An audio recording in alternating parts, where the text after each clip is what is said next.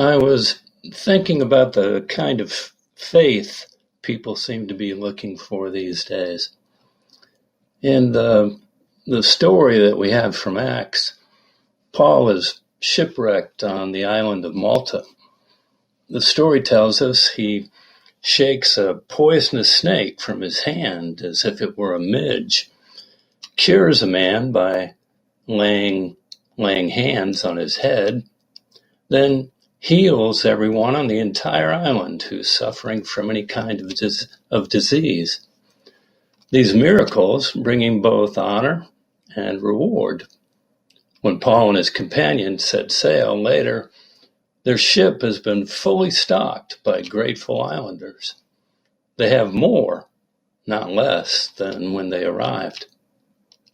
Based on the conversations I've had with a number of other pastors, this is the kind of faith a lot of people are looking for. They want the kind that will give them power to do all kinds of things, even things ordinary people can't do. If they just had this, they say, they would have all the proof they need that God really does exist, that God really is powerful, that God really does give power to those who believe.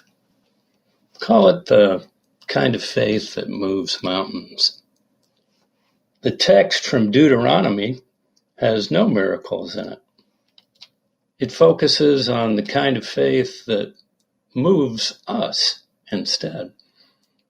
To respect the dignity of debtors, to pay laborers the same day they work, to leave wheat in the field for those who can't afford to buy it at market.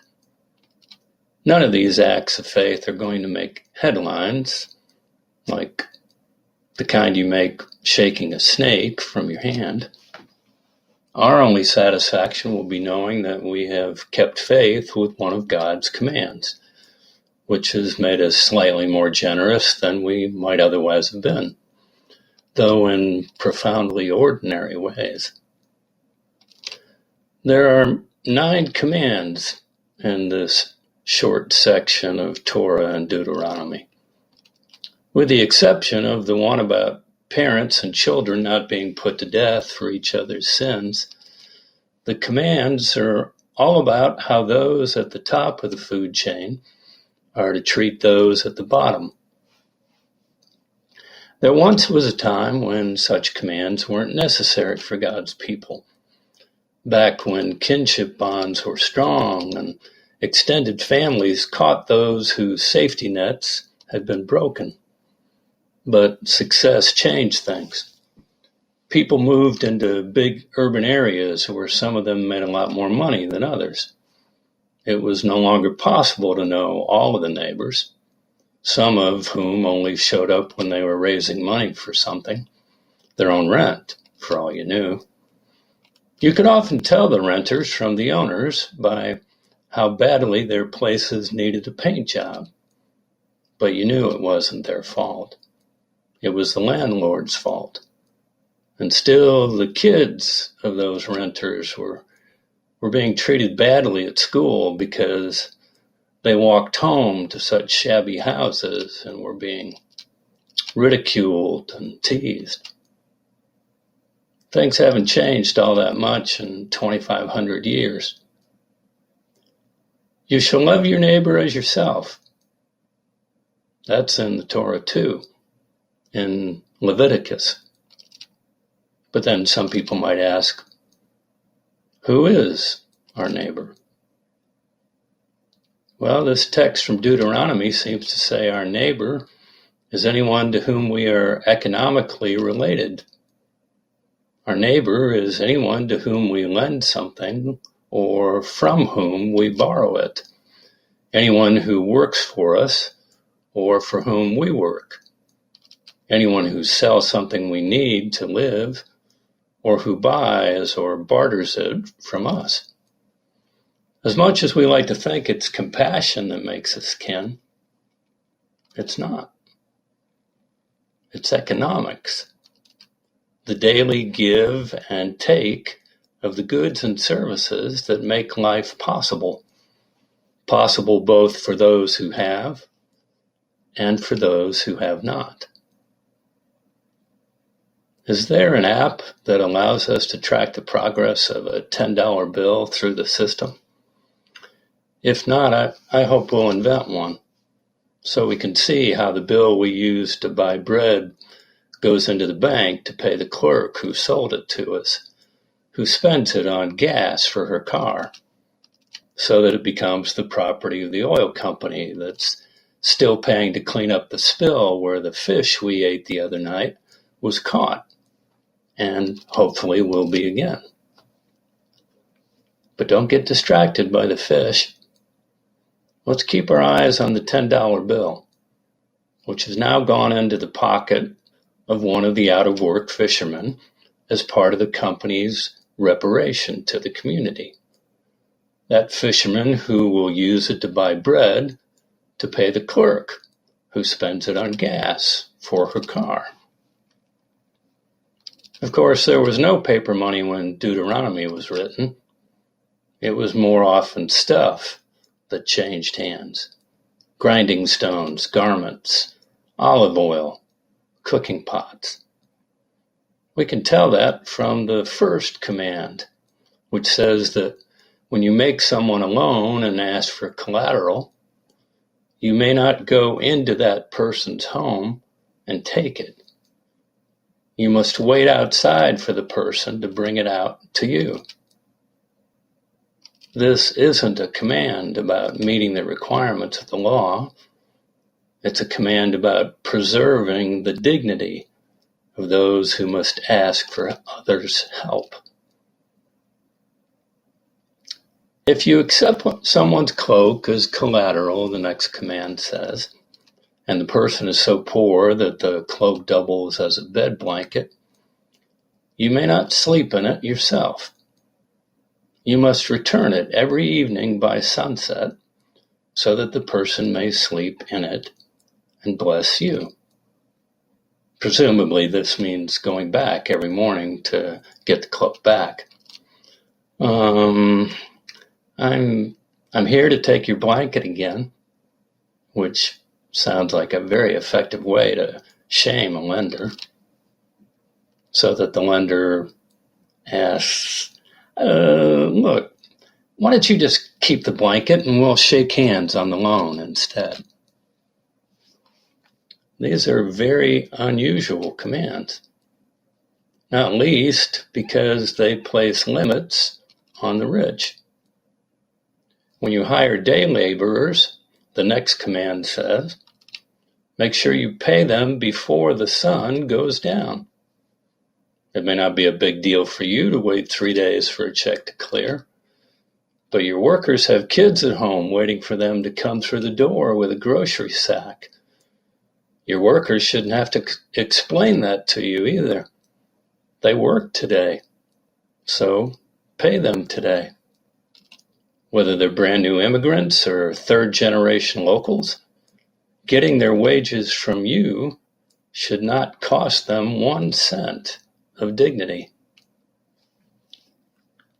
As a Christian, I'm used to thinking of these commands in terms of charity, but the next 3 of them kick that notion up a notch. When you leave a sheaf of wheat in the field, or when you gather the grapes of your vineyard, says God, don't go back to make sure you get every last one that belongs to you. Leave some for those who don't have land to grow things on. Leave some for those with no one to look out for them. But why just leave something for them? Why not go the whole distance, gather the food, wash it, bag, and deliver it to the poor people's doorsteps? Wouldn't that be the kinder thing to do? Maybe. But if any of us have ever been on the receiving end of such charity, we probably know that the hand that gives is always higher than the hand that receives. Think about it. Would we rather answer the door to find a group of good people bearing gifts for our needy family, with their own need for us to praise their goodness all over their faces? Or, if we were able, would we rather just know about the fields, where we are welcome to go at the end of the day with our own baskets to gather our own food for our own family, so that our family would cheer and rejoice to see us coming through the door instead of some well-meaning strangers?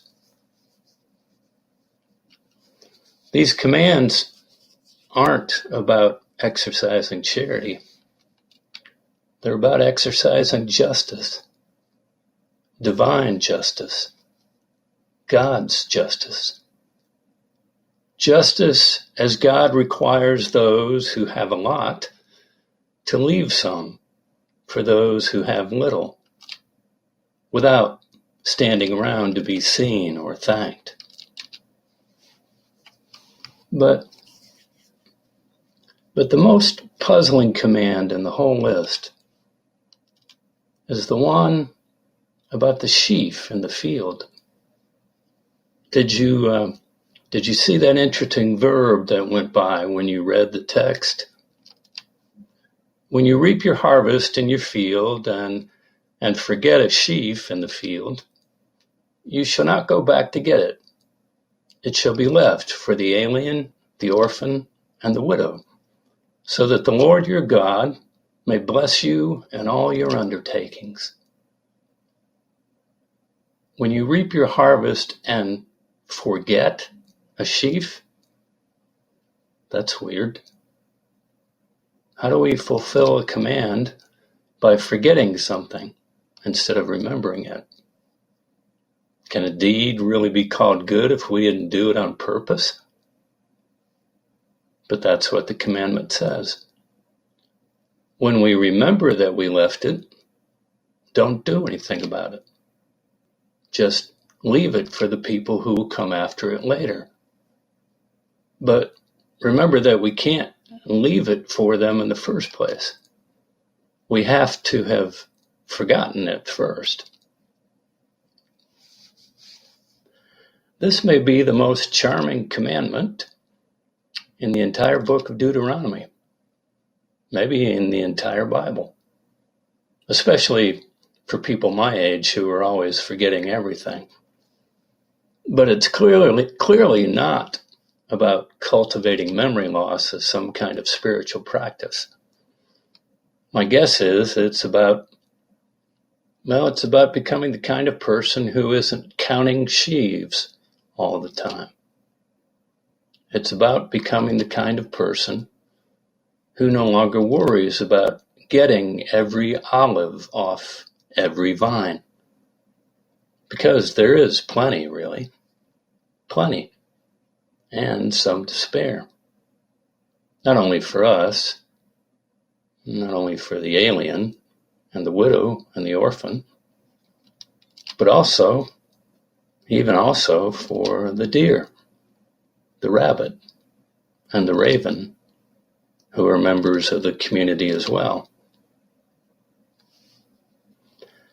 Not many of us have wheat fields or vineyards anymore. Some of us don't even have olive trees and clay pots. But I'll bet we don't need my help in bringing this up to date. What would it take for us? What would it take for us to be free enough to forget to gather up every bit of what is ours? How secure would we have to be to skip getting down on our knees every day to make sure we don't miss a single olive or grape? Like I said, this is a long way from the kind of faith that wants to move mountains, the kind of faith that longs for more miracles, more power, a more direct line to God.